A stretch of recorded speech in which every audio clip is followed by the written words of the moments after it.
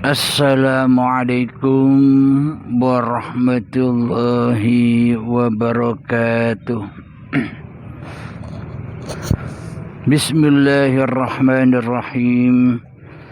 Ashhadu an la ilaha illallah wa ashhadu anna Muhammadar Rasulullah. Allahumma salli ala sayyidina Muhammad wa ala ali sayyidina Muhammad.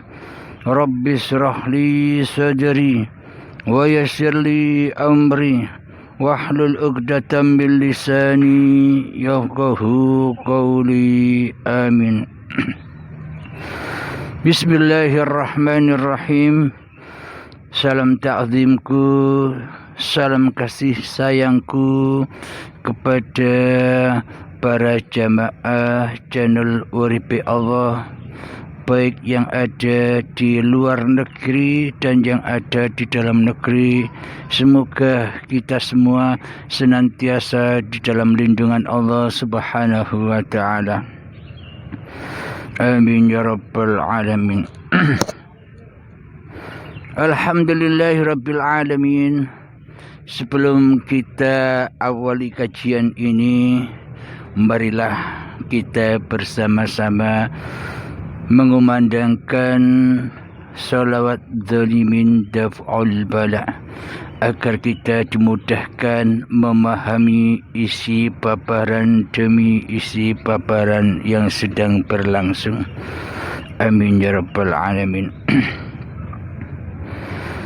Allahumma salli ala sayyidina Muhammad wa asqi lil zalimin bil zalimin. Allahumma salli ala sayyidina Muhammad wa asqi lil zalimin bil zalimin wa akhrijna min bainihim salimin wa ala alihi wa sahbihi ajma'in. Alhamdulillahi rabbil alamin. Pada pagi yang indah ini, saya berlokasi di Masjid Jami' Kota Pasuruan, tempat kelahiran saya, dan kebetulan di dekat makamnya Romo Kiai Hamid, juga termasuk guru saya ketika saat saya usia 8 sampai 9 tahun silam. Maknanya beliau pun saya anggap guru saya, karena dulu setiap subuh saya selalu diajak oleh abah saya almarhum untuk sholat berjamaah di kediaman beliau, Pondok Salafiyah. Jadi setiap subuh ketemu dan bersalaman dengan beliau Romo Kiai Hamid. Dan saya pun juga sering dikasih makanan atau minuman yang telah dimakan dan yang diminum oleh beliau waktu saya masih kecil. Jadi juga saya anggap sebagai guru saya, Mbah Hamid. Alhamdulillahirabbil alamin.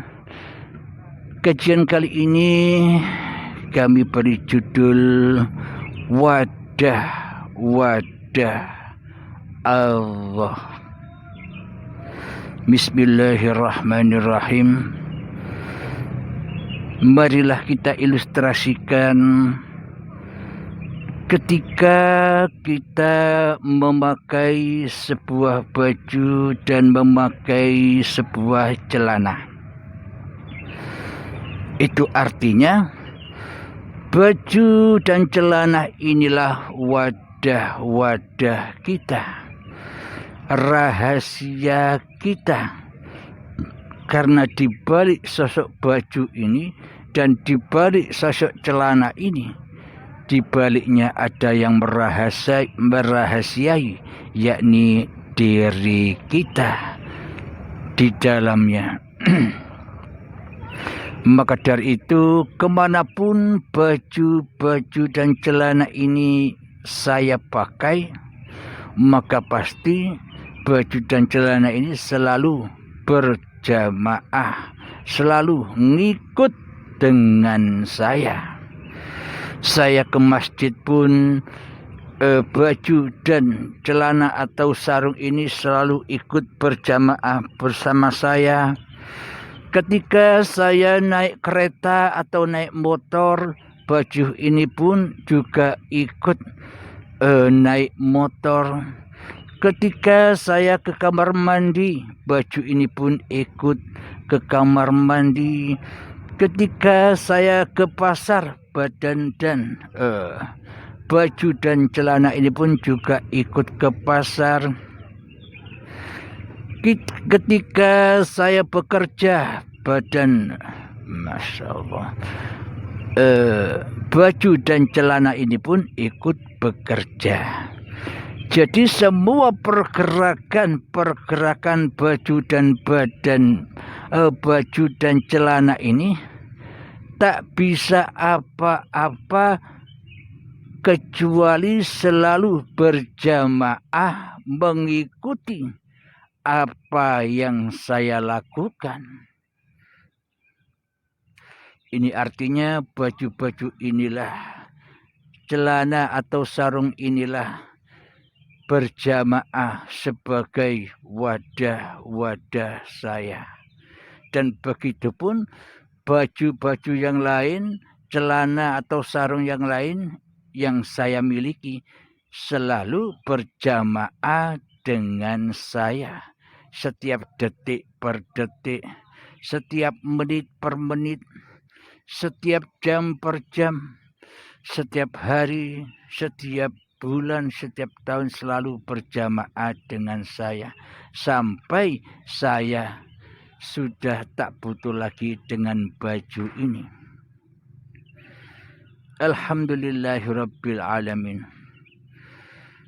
Kita pun sebagai manusia mestinya bila kita mengaku di dalam hati ini, di dalam hati kita ini sebagai makhluk, hanya sebagai makhluk, hanya sebagai yang diciptakan, hanya sebagai khalifah, mestinya di dalam hati kita yang lebih wujud, yang lebih nyata, yang lebih hidup, yang lebih berkuasa, dan yang lebih punya kehendak daya upaya di dalam hati kita ini, mestinya ya Tuhan yang menciptakan diri kita, yang merahasiai kewujudan kelahiran diri kita di dunia ini.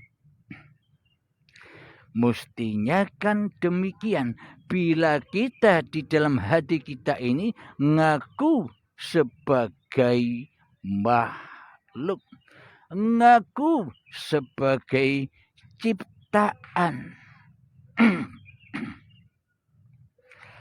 Namun akan tetapi selama ini kita di hati kita tidak mau berposisi sebagai makhluk.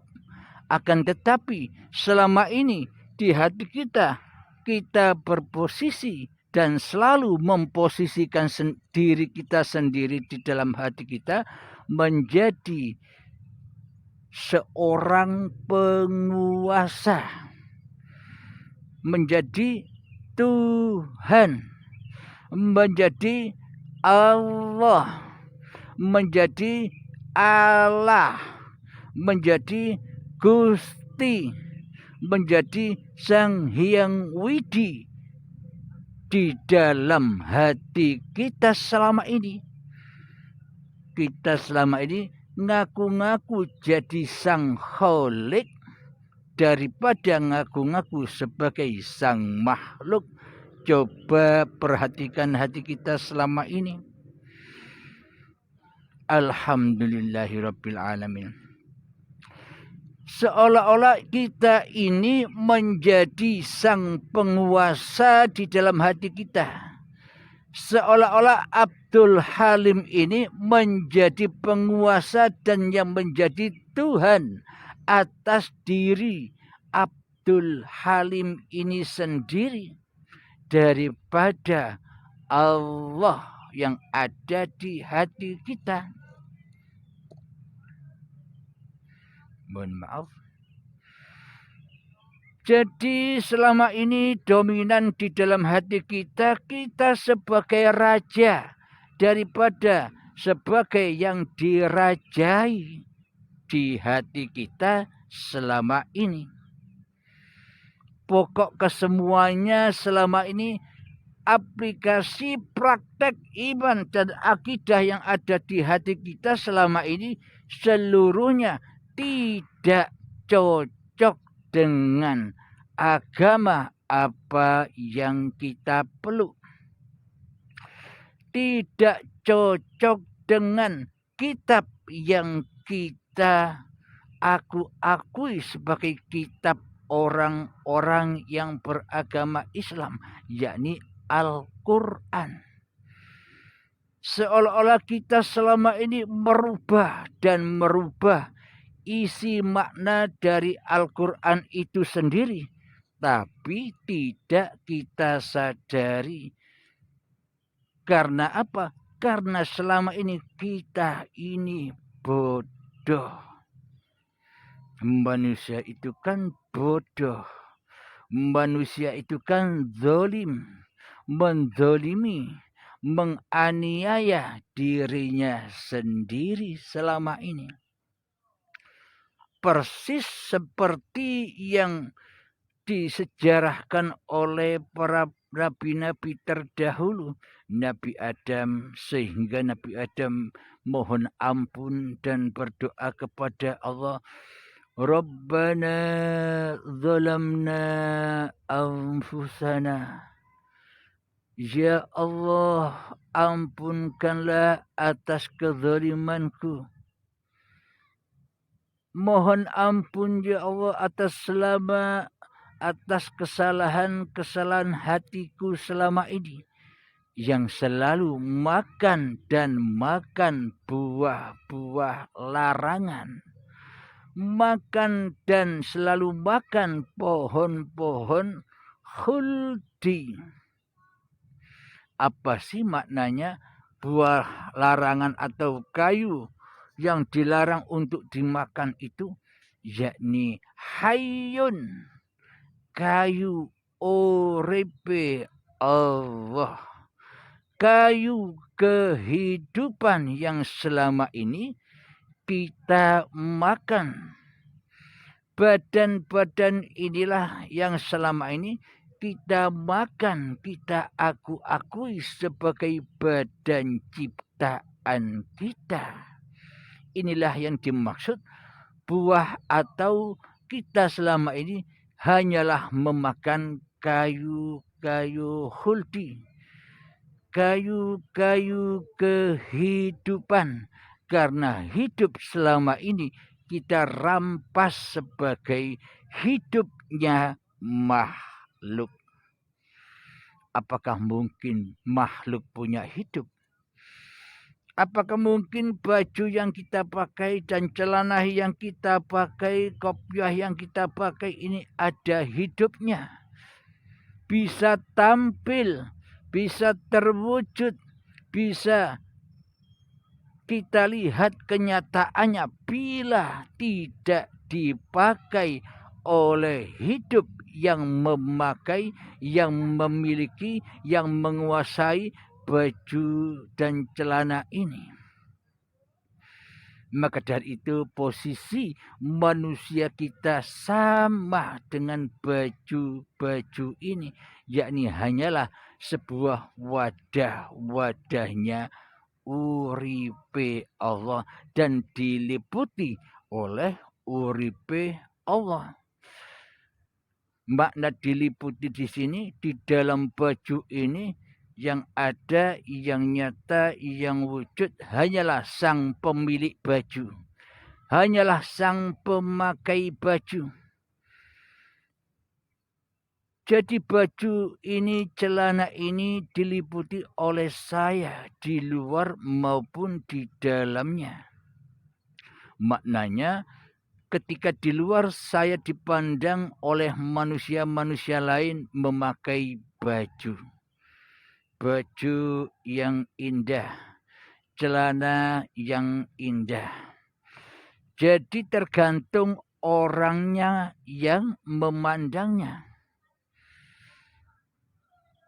Bila manusia memandang kepada saya hanya memandang baju dan celana saya saja, maka mereka, orang yang memandang saya, telah tertipu. Dikira baju ini bisa bergerak ke sana kemari. Dikira baju ini bisa ke masjid. Dikira baju ini bisa ke pasar. Dikira baju ini bisa ke toko. Dikira baju dan celana ini bisa naik kereta atau naik motor sendiri. Dikira baju dan celana ini bisa naik pesawat dengan sendirinya tanpa saya pakai. Maka dari itu kebanyakan mayoritas manusia hanya memandang baju-bajunya saja. Hanya memandang casing-casingnya saja.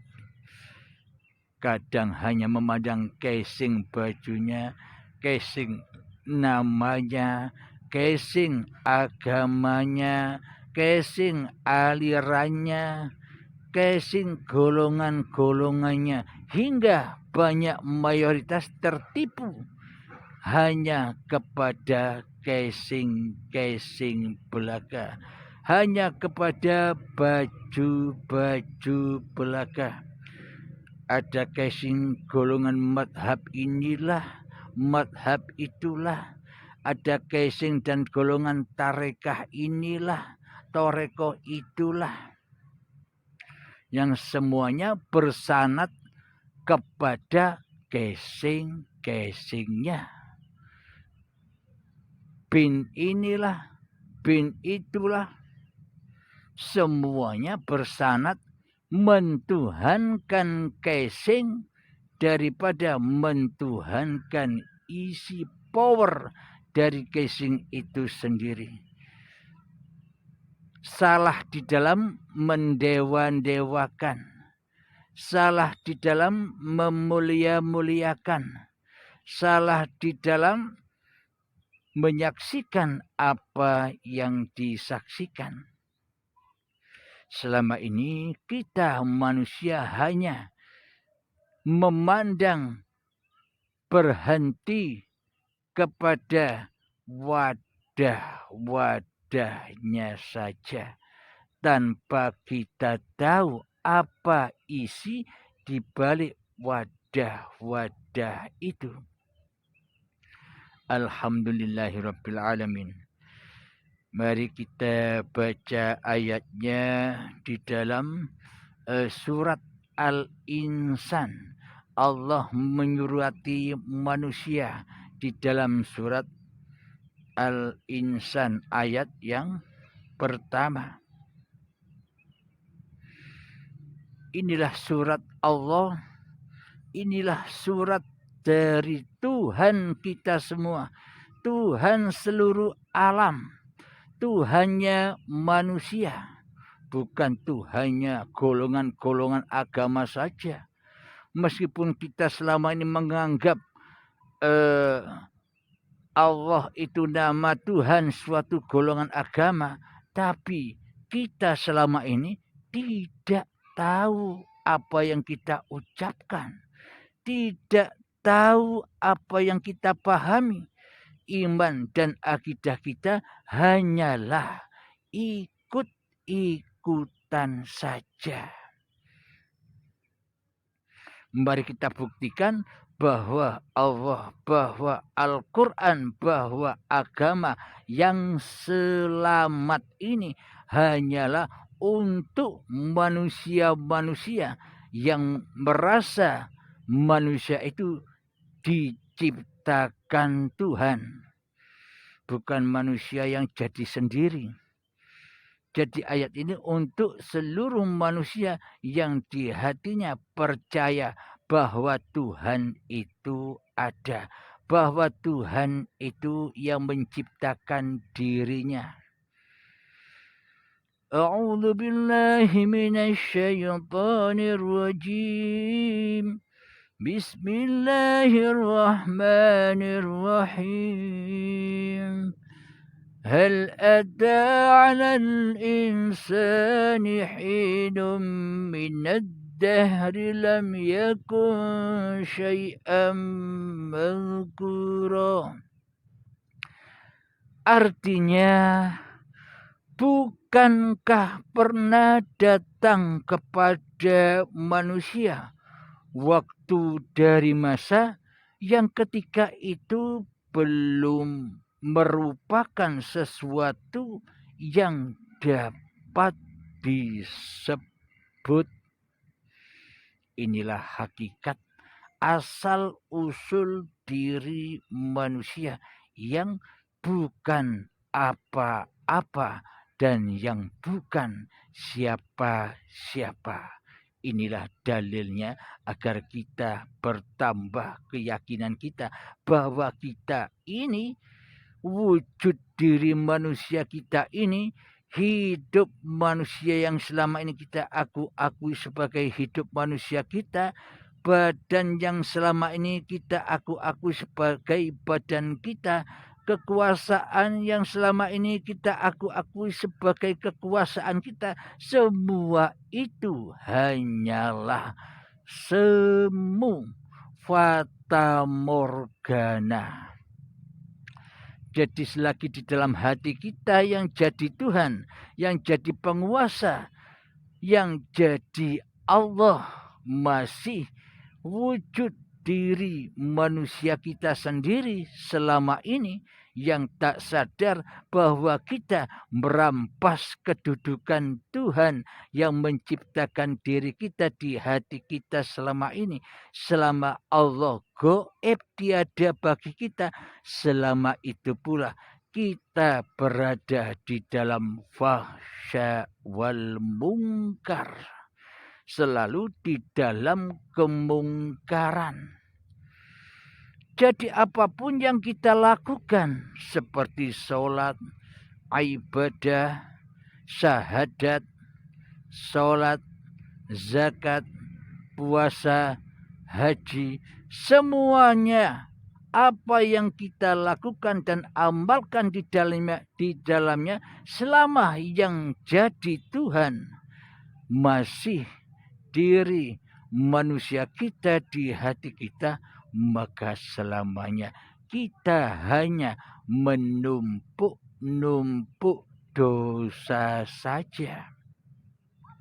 Meskipun kelihatannya kita ke masjid, rajin ke masjid, meskipun kelihatannya kita rajin di dalam ibadah, meskipun kita selama ini rajin istiqomah di dalam sholat tahajud, di dalam sholat duha, meskipun kita selama ini istiqomah membaca Al-Quran, menghatamkan Al-Quran, meskipun selama ini kita gemar membaca, mengumandangkan sholawat, zikiran, dan sebagainya. Tapi bila di dalam hati kita yang wujud yang kita pertuhankan di dalam hati kita masih diri manusia kita, itu tandanya bahwa kita selama ini belum masuk agama Allah, yakni agama yang selamat. Jadi agama Allah itu bukan Islam. Islam itu kan hanya bahasa Arab. Artinya selamat. Selamatnya hatimu dari dirimu di hatimu. Selamatnya hatimu dari kuasa dirimu di hatimu. Selamatnya hidupmu dari hidup manusiamu di hatimu. Selamatnya kehendak daya upayamu dari diri. Daya upaya itu sendiri di hatimu. Maknanya sudah puasa di hati kita akan kewujudan kekuasaan diri manusia kita sendiri atau hawa nafsu itu sendiri. Bila kita tidak selamat dan bila kita selalu dan selalu kembali rojiun kepada pengakuan diri, rojiun kepada hawa nafsu kita yang merasa selama ini memiliki kehidupan, memiliki kekuasaan, memiliki daya upaya, maka selamanya hati kita akan tersesat dari Tuhan yang menciptakan diri kita. Jadi ini global. Apapun agama Anda, apapun aliran Anda, apapun madhab Anda, apapun golongan-golongan Anda, bila yang wujud di dalam hati Anda hanyalah hawa nafsu diri kemanusiaan Anda sendiri, maka selamanya Anda tersesat dan tergulung serta tenggelam di dalam hawa nafsu itu sendiri. Pasti kita di dalamnya selalu menyalahkan orang-orang yang tidak sepaham dengan kita. Pasti kita meremeh-remehkan orang-orang yang tidak sepaham dengan diri kita. Pasti di dalam hati kita merasa mulia dari orang-orang yang tidak selevel, orang-orang yang tidak seiman dengan diri kita di hati kita. Itulah bukti ketersesatan hati kita dari agama Tuhan selama ini, yakni agama yang selamat. Meskipun kita Islam, mengaku-ngaku Islam, tapi kenyataannya selama ini hati kita tersesat dari Tuhan yang menciptakan diri kita. Meskipun Anda saudara kita yang beragama Nasrani, hati kita pun selama ini juga tersesat, mempertuhankan diri manusia kita di hati kita daripada mempertuhankan Tuhan yang telah menciptakan diri kita. Meskipun Anda beragama Yahudi, Majusi, Sabi'in, Buddha, Hindu dan sebagainya, tapi bila di dalam hati kita tidak mentuhankan hidup yang telah menghidupi kita sejak dari tanah sampai menjadi tumbuh-tumbuhan, sampai menjadi buah-buahan, sayuran dan padi, sampai menjadi dimakan kedua orang tua kita sehingga menjadi sel sperma dan sel telur, sampai menjadi gumpalan darah, sampai menjadi gumpalan daging, sampai menjadi janin dan bayi. Ketika itu kita belum ada sesebutan. Bila di dalam hati kita merasa hanya diri kita saja yang merasa wujud, merasa ada, berarti selamanya kita semua umat manusia di dalam hatinya masih ateis, tak bertuhan. Karena yang ada di dalam hatinya Karena yang paling nyata dan wujud di dalam hati kita selama ini yakni Abdul Halimnya. Nama masing-masing diri manusia Anda daripada nama Tuhan yang selama ini menciptakan diri kita semua. Inilah bukti bahwa selama ini kita berpisah dari wadah-wadah Allah. Kita selama ini merasa berwadah kita sendiri. Badan milikku, hidup milikku, hingga semua itu tertutupi, terhijab oleh nama kita sendiri, oleh diri kita sendiri, hingga tak bisa jumpa Tuhan yang berkuasa dan yang menciptakan diri kita sendiri selama ini. Karena apa? Karena kita lebih memilih berposisi sebagai Tuhan Sang Pencipta atas diri manusia kita daripada berposisi sebagai makhluk ciptaan Tuhan yang mentuhankan diri manusia kita sendiri selama ini. Inilah tanda buktinya bahwa selama ini kita menyimpang jauh dari wadah-wadah Allah. Kita menyimpang jauh dari utusan-utusan Allah. Kita tidak mau menjadi utusan-utusan Allah. Kita selama ini hanya cinta diutus oleh iblis dan setan di hati kita. Diutus oleh hawa nafsu kita sendiri selama ini di hati kita.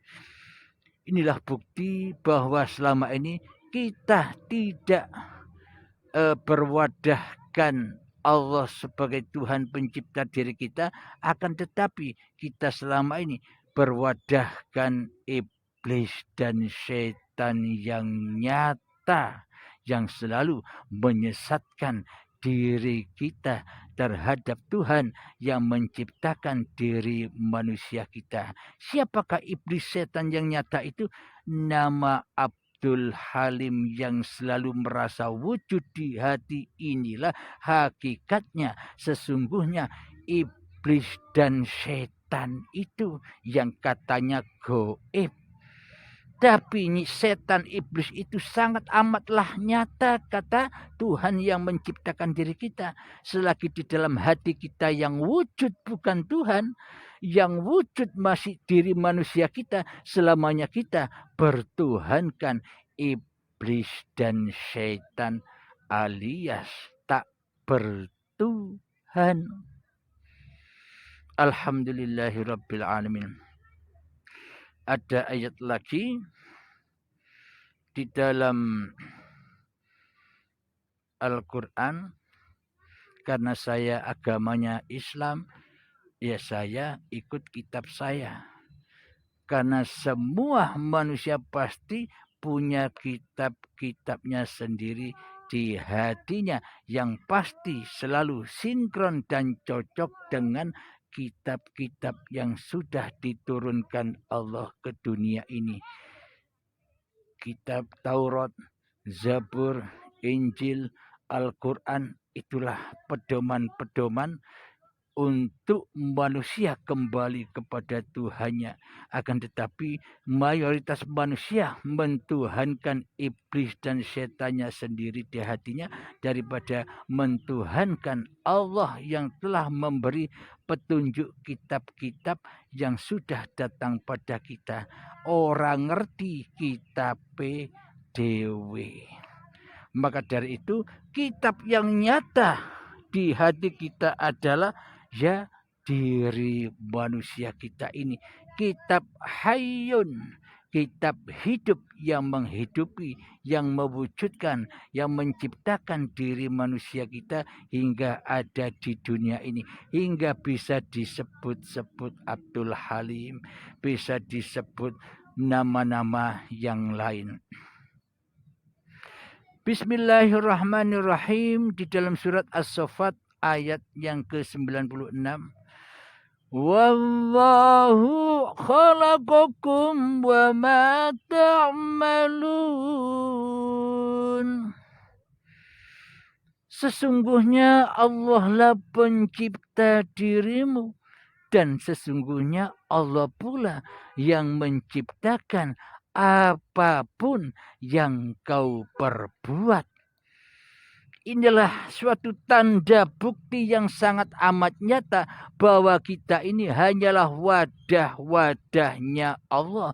Wadah-wadahnya hidup yang selama ini kita akui sebagai hidup kita. Kita selama ini ngaku-ngaku jadi Allah di dalam hati kita, tapi tak terasa. Kita merasa lebih wujud daripada Allah di dalam hati kita, kita tak merasa. Kita merasa lebih hidup di hati kita daripada hidupnya Allah. Kita merasa lebih berkuasa atas diri kita sendiri daripada kuasa Allah. Berarti yang wujud di hati kita selama ini ya hawa nafsu, iblis dan setan. Jadi kita selama ini penyembah setan daripada menyembah siapa Tuhan yang telah menciptakan diri kita. Alhamdulillahirabbil alamin. Berarti kita selama ini ingkar kepada siapa yang merahasiai diri kita di hati kita. Karena kita selama ini telah tersesat jauh dari Tuhan yang menciptakan diri kita. Seolah-olah kita menguasai wadah-wadah individu-individu kita sendiri. Karena di dalam hati kita belum la ilaha illallah. Inilah tanda kekufuran. Inilah tanda kemusyrikan. Inilah tanda persekutuan-persekutuan hati kita kepada Tuhan yang menciptakan diri kita selama ini. Bila kita mengaku-ngaku bahwa kita sudah bertuhan, maka seharusnya yang wujud, yang ada, yang hidup, yang berkuasa atas diri kita kan Tuhan kita. Bukan malah kita yang jadi Tuhan. Kita dicipta ini hanya sebagai wadah, sebagai khalifah, yakni menjadi wakil-wakil Allah, pengganti-pengganti Allah. Bukan malah kita jadi Tuhan. Bukan malah kita jadi ketua yang mengetuai Allah. Allah jadi wakilnya. Allah kita panggil, Allah kita butuhkan ketika kita lagi berdoa, minta inilah, minta itulah. Kita di dalamnya tidak mentuhankan Allah, tapi mentuhankan apapun yang kita minta. Inilah tanda bukti bahwa kita selama ini tidak bertuhan. Meskipun kelihatannya Anda rajin sholat, rajin ibadah, tapi sejatinya di dalamnya Anda hanya memuaskan hawa nafsu kita sendiri selama ini. Alhamdulillahirabbil alamin. Semoga saya dan kita semua, para sahabat-sahabatku baik yang ada di luar dan yang di dalam negeri, semoga kita semua tetap terjaga hati kita dari kezaliman hati kita terhadap Allah sebagai Sang Pencipta diri kita. Di hati kita, marilah kita bersama-sama membaca sholawat dolimin daf'ul bala agar kita selalu dijaga hati kita kepada Allah Subhanahu wa ta'ala. Allahumma salli ala sayyidina Muhammad wa asqi lil-zalimin bil-zalimin. Allahumma salli ala sayyidina Muhammad wa asqi lil-zalimin bil-zalimin. وأخرجنا من بينهم